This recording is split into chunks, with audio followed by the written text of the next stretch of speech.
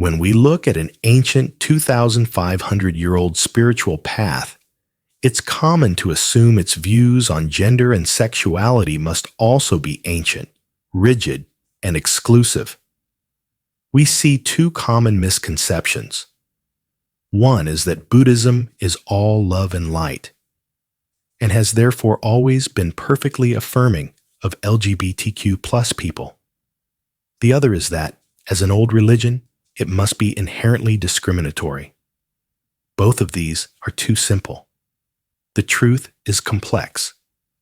The Buddhist texts were written in a specific patriarchal culture 2,500 years ago, and yet the core teaching transcends culture. So what happens when a timeless truth meets a modern, evolving world? Welcome to the Mindful Compass. Today, we are exploring a question of profound importance. What is the traditional Buddhist stance on homosexuality and transgender individuals, and are LGBTQ+ people fully welcome in modern sanghas? We'll look at the difference between the core teachings and their cultural interpretations, and the reality of practice today. Why does this matter? Because this is not an abstract theological question. It is a question of refuge. It asks, is the door to the end of suffering open for everyone? First, we must be honest. The early texts, like the Vinaya or monastic code, were written in a culture that had rigid ideas about gender. These texts have specific rules about bodies and conduct for monastics that have been used to exclude transgender individuals and police sexuality. For lay people, the teaching is the third precept, which is to abstain from sexual misconduct. Here is the crucial point. What is misconduct? In ancient cultures, this was often interpreted to mean any non-procreative or non-heteronormative relationship. But the spirit of the precept, as many modern masters like the Dalai Lama and Thich Nhat Hanh have taught, is about harm. Is the act non-consensual? Is it exploitative? Does it cause suffering to others?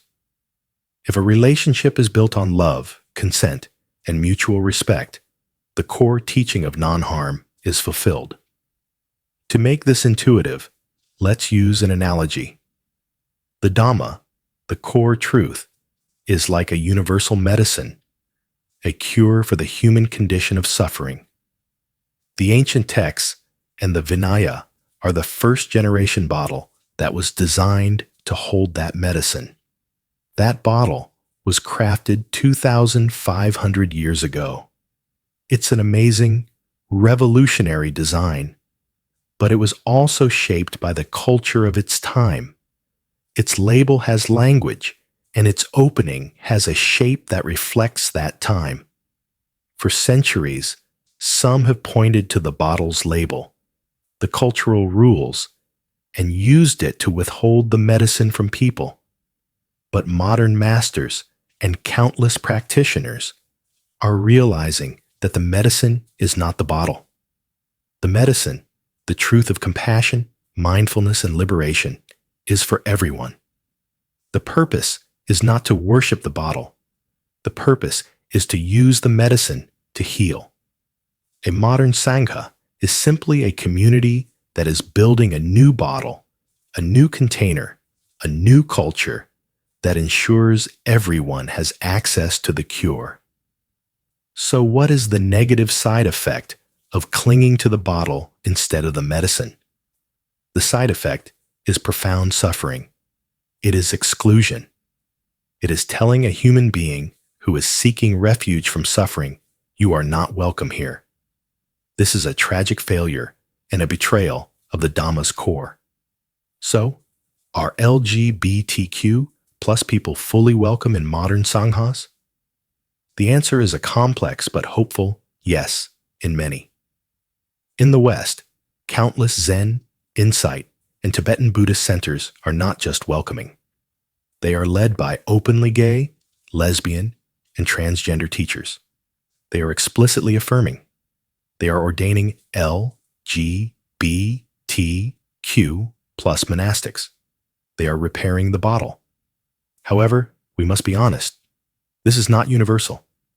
In some traditional conservative cultures and lineages, the old interpretations are still used, and exclusion remains a painful reality. The bottle is still held as more sacred than the medicine. The path forward for any sangha is to test itself against the core teaching. Does this practice lead to less suffering and more compassion? If it doesn't, it is not the true Dhamma. This brings us to our practice. The root of all exclusion is the mind's habit of labeling and othering. This week, the practice is called seeing the person, not the label. As you go about your day, or even just watch the news, notice how the mind instantly applies labels to people: man, woman, gay, straight, trans, old, young, American, Asian. The practice is to simply notice this labeling. Then just for a moment, consciously let the label go.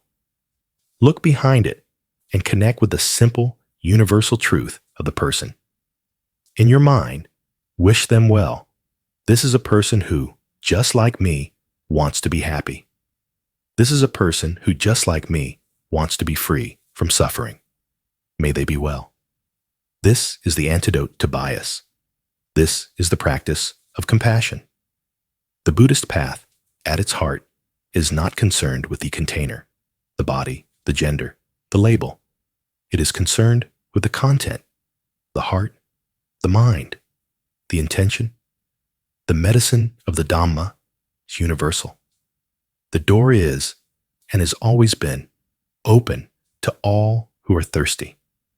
The work of a modern living Dhamma is simply to take down the cultural keep out signs that have been hung on it by mistake. How does your community practice radical welcome? What does refuge mean to you? Please share your reflections in the comments below. Let's learn to build a refuge for all. Thank you for sharing this time, for walking this path with us today. May you be well, and may you find the profound peace of seeing the shared humanity that shines in all beings.